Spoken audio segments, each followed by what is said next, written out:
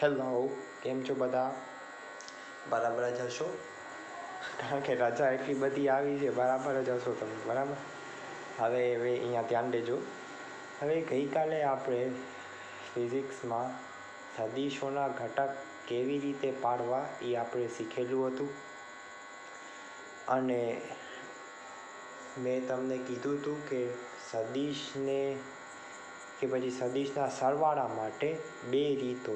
એક રીત આપણે શીખી લીધી છે ત્રિકોણની. હવે આપણે બીજી રીત આજે શીખશું. તો હું તમને પહેલાં 1 થી 2 મિનિટ આપું છું. તમે ખાલી આને બરાબર રીતે યાદ રાખી લ્યો કે સદીશના ઘટક કેવી રીતે પડાય. કારણ કે બીજી જે રીત હું કરશું આપણે અત્યારે, તો એનામાં આનો જ કોન્સેપ્ટનો આપણે ઉપયોગ કરશું.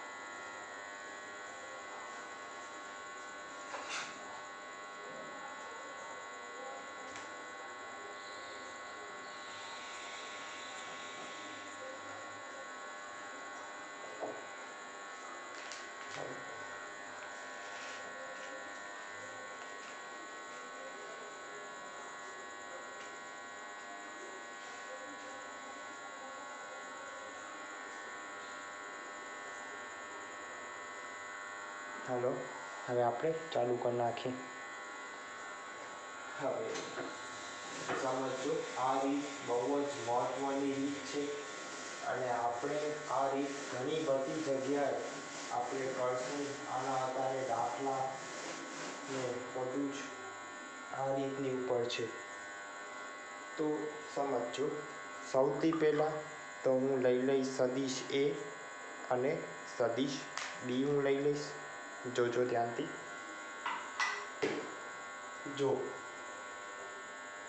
આ છે સદીશ એ અને મેં બીજો લઈ લીધો સદીશ બી. અને આપેલું છે કે બંને વચ્ચે કોણ કેટલો છે? થીટા. હવે મેં તમને એ શીખવાડેલું છે કે સદીશને આપણે સમતલમાં જેવો હોય એવો આપણે સદીશને આપણે હટાવી શકીએ. બરાબર, એ તમને યાદ હશે. એટલે હવે આ જે બી છે એને હું આના ઉપર બેસાડું છું. જેવો છે એવો. જો આટલી છે એની લંબાઈ, તો એની લંબાઈ એટલી જ હશે. તો આ હું લખી શકું સદીશ બી. મેં સદીશ બી ને આના ઉપર બેસાડી દીધો.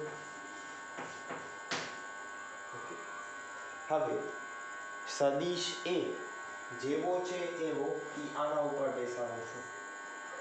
જેવો છે એવો અહીંયા આવશે. તો આ બે જ્યાં પણ મળે, આ સદીશ હશે આપણો પરિણામિક સદીશ. આ શું છે આપણું પરિમાણિક સદીશ. અને પરિમાણિક સદીશ શું થશે? આ બરાબર શું થશે? સદીશ એ વત્તા સદીશ બી. તો આ તો સમાંતર બાજુ ચતુષ્કોણ છે. બરાબર, શું છે આ? સમાંતર બાજુ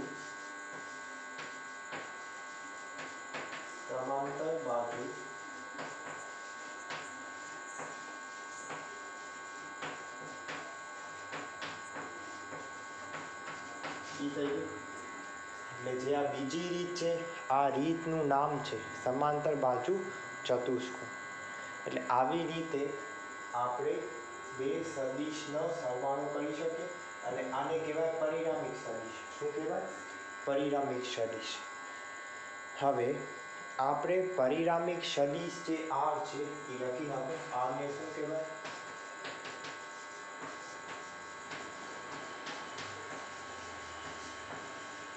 પરિણામિક સદીશ. ઓકે, એકદમ ઈઝી છે. જો તમે 10મું ધોરણ પતાવ્યું છે તમને, તો તમને છેલ્લે પરિણામ મળ્યું ને, એ જ છે આ. બરાબર ને? પરિણામિક સદીશ આર. હવે આપણને એ આરનું મૂલ્ય શોધવું છે. આપણને શું કરવું છે? આપણને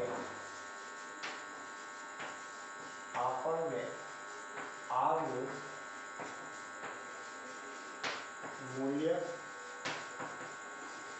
અને દિશા શોધવી છે. શું શોધવી છે? મૂલ્ય અને દિશા શોધવી છે. તો હાલો આપણે શોધી નાખીએ. સૌથી પહેલાં તો જરાક આને અહીંયા ખેંચી લઈશ અને અહીંયાથી હું લંબ દોરી નાખીશ અને હવે તમને દેખાય છે, તમે ત્રિકોણ જો, ત્રિકોણ XYZ, ત્રિકોણ XYZ છે એમાં આ કેવો છે? 90 અંશ છે. કેટલો છે? 90 અંશ છે. હવે પાયથાગોરસનો પ્રમેય તમને યાદ જ હશે. પ્રમેય લગાવી દો. પાયથાગોરસનો પ્રમેયના પ્રમાણે શું લખીશું? XY નો વર્ગ બરાબર શું થશે? XZ નો વર્ગ વત્તા YZ નો વર્ગ. આવું લખી શકું. બરાબર. હવે સમજો આ વસ્તુ. આ થીટા છે તો આ એ થીટા જ થશે. બરાબર. કારણ કે આ બે સમાંતર રેખા, બે સમાંતર છે એટલે શું સમાંતર બાજુ ચતુષ્કોણ. એટલે આ b નો કયો ઘટક પાડશે? જો અહીંયા થીટા બનાવે છે એટલે આ b નો કયો ઘટક હશે? b cos theta. કયો ઘટક હશે? b cos theta. અને એને લંબ કયો ઘટક હશે? b sin theta. એટલે આ કેટલો હશે? b sin theta. બરાબર. જે કોણ બનાવે એ કોસ, એને જે લંબ હોય તો સાઈન. હવે XY સ્ક્વેર, XY નો વર્ગ શું છે આપણો? પારિણામિક સદિશ r, r નો વર્ગ. XZ, XZ એટલે આખો એટલે શું થશે? a વત્તા b cos થીટા નો વર્ગ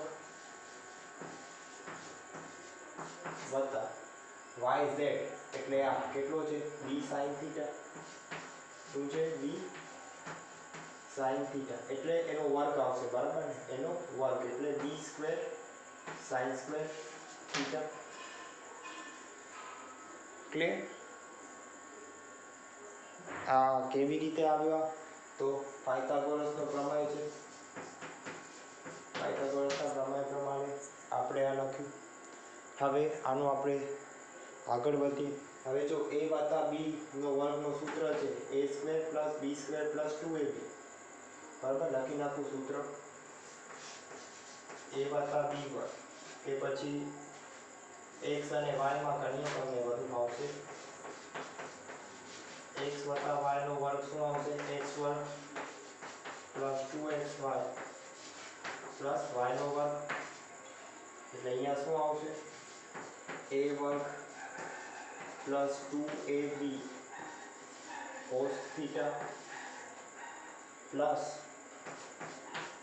b square cos square theta plus b square sin square theta. હવે આ બે પદો જો, આ બે પદોમાંથી હું b સ્ક્વેર ને કોમન કાઢીશ. શું કાઢીશ? b સ્ક્વેર ને કોમન કાઢીશ એટલે શું આવશે? a સ્ક્વેર વત્તા 2ab cos થીટા વત્તા b નો વર્ગ sin સ્ક્વેર અને cos આવી હશે. હવે તમને ખ્યાલ હશે કે આનું મૂલ્ય શું આવશે? આનું મૂલ્ય આવશે 1. તમે શીખી ગયા છો 10મામાં. એટલે આ હિસાબથી આપણો પારિણામિક સદિશનું મૂલ્ય શું આવશે? વર્ગમૂળમાં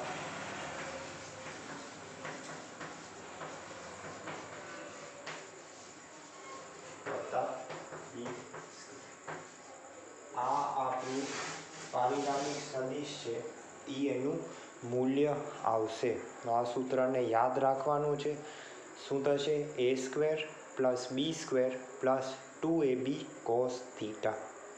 અને યાદ રાખવાનું છે આ આપણને બહુ જ કામ આવશે.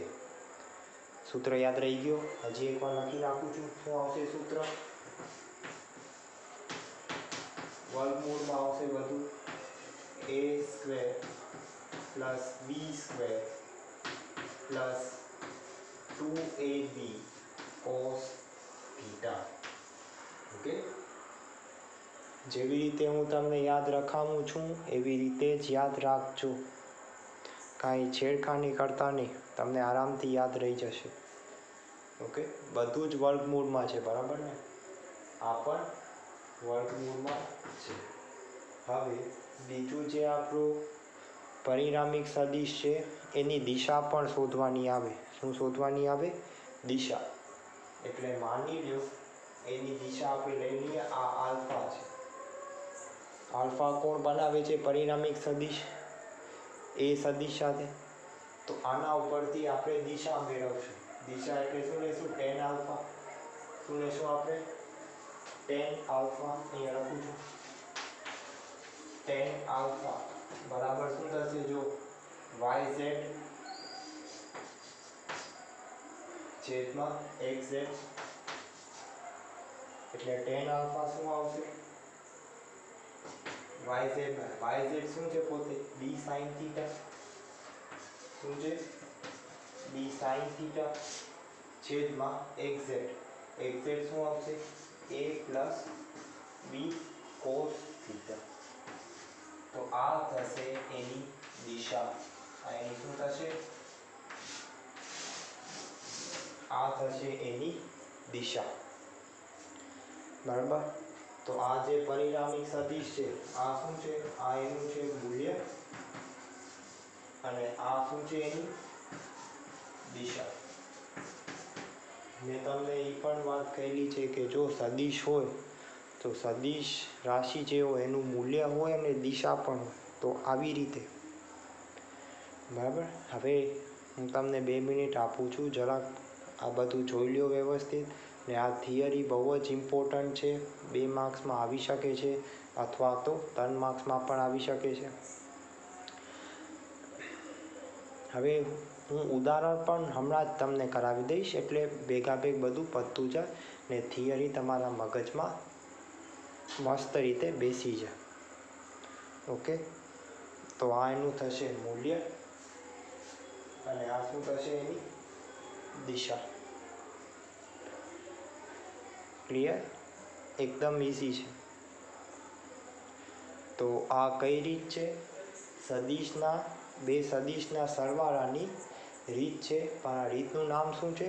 સમાંતર બાજુ ચતુષ્કોણ। આપણી જે ત્રિકોણની રીત હતી એ આપણે પહેલાં કરી લીધેલી છે, એટલે આ રીત બહુ જ કામની છે, ઘણી બધી જગ્યાએ આ રીત કામ આવશે। અને આ સૂત્ર તો આપણે અવારનવાર ઉપયોગ કરશું। આ સૂત્રનો તો આપણે અવારનવાર ઉપયોગ કરશું, બરાબર? હું તમને 2 મિનિટ આપું છું, બધી થિયરી વ્યવસ્થિત તમારી નોટમાં લખી લેજો, અને હું 1-2 ઉદાહરણ મારી જ રીતે હું તમને હમણાં જ કરાવી દઈશ, એટલે તમને ખબર પડી જાય કે આ સૂત્ર આપણે ક્યારે વાપરીએ। ઓકે, પછી એકવાર તમે સમજી લેશો તો તમને આગળ જરાય પણ તકલીફ નહીં પડે।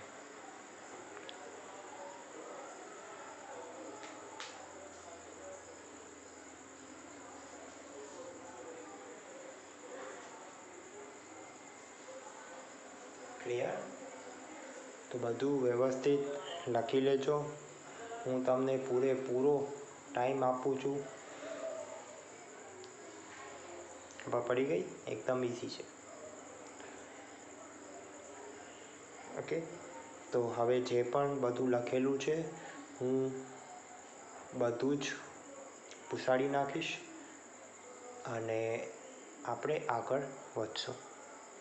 કે તમે વિડીયોને પોઝ કરીને પણ તમે બધું જ થિયરી લખી શકશો, અને વિડીયોમાં બધું જ ક્લિયર તમને દેખાશે, એટલે એની કાંઈ ચિંતા કરતા નહીં, બધું વ્યવસ્થિત જ છે।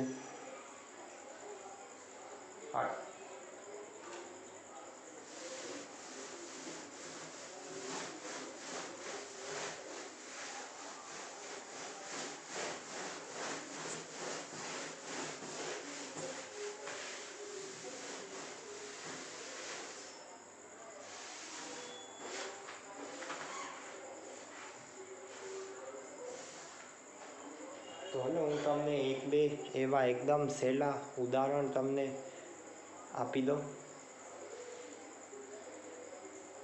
જો તો આપણે શું શીખ્યું કે માની લો આપણા કને બે સદિશ હોય, સદિશ એ અને સદિશ બી. તો આપણે પરિણામિક સદિશ આરામથી આપણે શોધી લઈએ. આપણો થશે પરિણામિક સદિશ આર, એટલે આર બરાબર શું છે? સદિશના રૂપમાં એ વત્તા બી, બંને સદિશનો સરવાળો જ આપણે કરીએ છીએ. તો આરનું મૂલ્ય શું આવશે? વર્ગમૂળમાં a square plus b square plus 2ab cos theta. અને માની લો અહીંયા આલ્ફા કોણ બનાવે છે? તો tan આલ્ફા શું થશે? b sin theta by a plus b cos. આ એનું શું છે? મૂલ્ય છે. અને આ એની શું છે? તો દિશા છે. હવે આપણે એકદમ ઇઝી ઉદાહરણ જોઈએ. માની લો તમને આપેલો છે સદિશ એ બરાબર 5 એકમ અને સદિશ બી બરાબર આપેલો છે 6 એકમ. તો હવે પરિણામિક સદિશ પૂછ્યું છે. તો પરિણામિક સદિશ આવો કંઈક હશે જેનો કોણ આલ્ફા છે.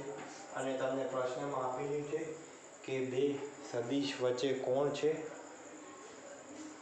30 અંશ. કેટલા છે? 30 અંશ કોણ આપેલું છે. તો કેવી રીતે આપણે એનું મૂલ્ય શોધશું? તો સમજજો. એટલે પરિણામિક સદિશ શું થશે? a નો વર્ગ એટલે 25, b નો વર્ગ એટલે 36 વત્તા 2, a નું મૂલ્ય 5, b નું મૂલ્ય 6 અને કોણ કેટલો છે? 30 અંશ. અહીંયા cos 30 છે. cos 30 અને cos 30 નું મૂલ્ય શું થાય? યાદ કરો, કોઠો બનાવો. એટલે શું થશે? તમે સરવાળો કરી શકો છો, ડાયરેક્ટ આવી જશે. શું થશે? 61 વત્તા 60. cos 30 નું મૂલ્ય શું થશે? √3/2. કોષ્ટક બનાવજો. એટલે આપણે પરિણામિક સદિશ r નું મૂલ્ય શું આવશે? 61 વત્તા 30/3. હવે આ તમે કેલ્સીથી આરામથી શોધી લેજો. જો આ ખાલી સમજવા માટે જ છે તો જ આપણને ખબર પડશે કે દાખલામાં આ સૂત્રનો ઉપયોગ કેવી રીતે થાય છે. તો આવી રીતે આ સૂત્રનો ઉપયોગ થાય. જો તમને tan આલ્ફા નીકાળવું હોય દિશા, તો પણ તમે આરામથી નીકાળી શકશો. એકવાર હું તમને કરાવી દઉં છું. તો tan આલ્ફા શું થશે? b sin થીટા, b નું મૂલ્ય 6, sin 30 શું થાય? અડધો. a નું મૂલ્ય 5, b નું મૂલ્ય 6, cos 30 થશે √3/2. એટલે શું થશે? 3/5 વત્તા 3. તો તમે આવી રીતે દિશા પણ તમે શોધી શકશો. ઓકે, કારણ કે આનો ઉપયોગ આપણે ઘડી કરશું દાખલામાં.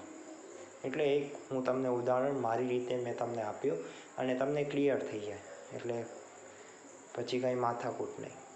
ક્લિયર? તો આવી રીતે આપણે સદિશના સરવાળાની બીજી રીત આપણે શીખી. અને સૂત્રો, આ જે સૂત્રો જે છે એ અત્યારથી જ જ્યારે તમે આ વિડીયો જોતા હો ત્યારે તમે યાદ રાખી લેજો. બરાબર?